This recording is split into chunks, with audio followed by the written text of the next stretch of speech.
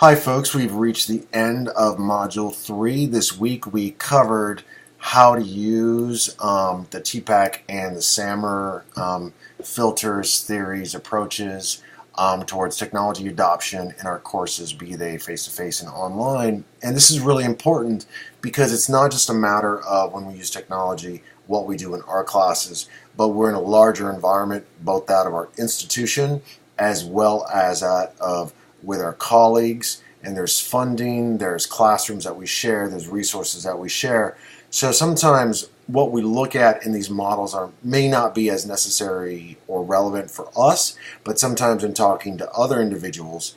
But something that we can do too is if we don't have all the time in the world to explain technology adoption or integration in our classes, we can point these key things out to our colleagues and might say, hey, you might want to check out the SAMR model or TPAC. And one or two of those really ought to work for our colleagues because generally SAMR model seems initially more accessible to folks, but if they're more theory heads, then they seem to go with TPAC all right. But one of the reasons why I like working with both of these is that they integrate with each other really well, and one can generally bridge the gap for the other, whichever one folks are missing out on. So as we're working to develop our own skills and capacities and our own integration of technology, in this case for this class in teaching online, we need to know why we're adopting things and making sure that they have a specific purpose. But we also want to be able to articulate that to, say, our bosses, but also to our students when they have questions about the technology. But then when we get hired or we try to make horizontal or vertical moves, this gives us additional language to talk about the holistic approach of an entire course or program or certificate program.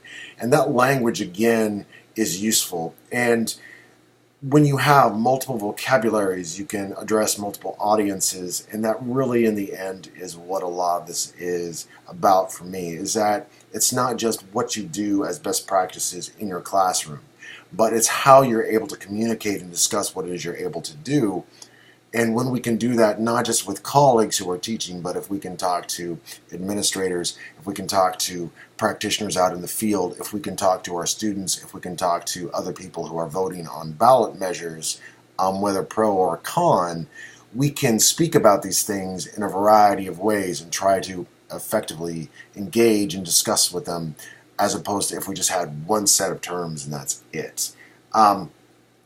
One of the things that you're doing here as well is you're doing a lot of writing, as you probably have noticed, in response to and in discussion of technology. And this is done for you because I want you to be able to be more articulate about technology in education.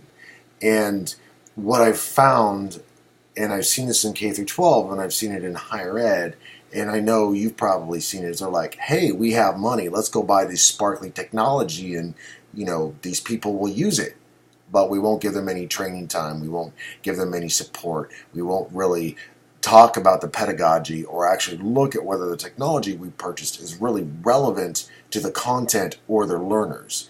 Now, when we face those situations, sometimes if we are capable of writing in multiple tones, if we are capable and strong and persuasive in how we can discuss technology, we can impact those processes. We can be members on committee, we can articulate, we can help educate our colleagues, and we can help spread the language for intelligently discussing smart uses and adoption of technology so it supports the college's mission, so that it supports the state's, goal to have everybody educated at a higher level. What is it, like 80, 80-20-10 or 60-20-20, something like that, with all the different degrees, making sure that everybody has an associate's level education, whatever Oregon's most recent plan is.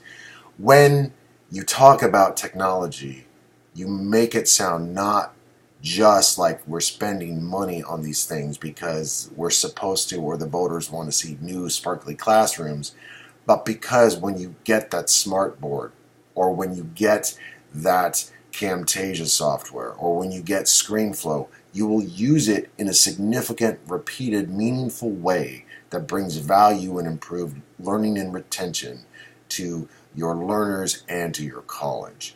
And that's really what so much of this is about. Is yes, the tools, they will come and go. Some of them will succeed, some of them will fail, some of them will come into your toolbox, and after 2 years you'll pitch them out. But what won't change is your motivation and your desire to teach, to communicate, to learn. And again, increasing your vocabulary means that you can look at a broader array of tools that are out there and available to you, free and some that cost money, but you can get that sorted out.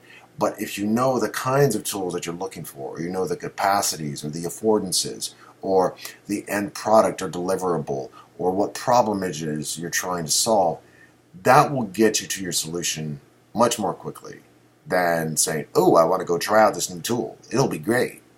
I've done that and I burned, hundreds of hours on that. It's not viable for teaching effectively or maintaining a reliable income unless you have certain benefits, or you're a grad student with no life and you're broke.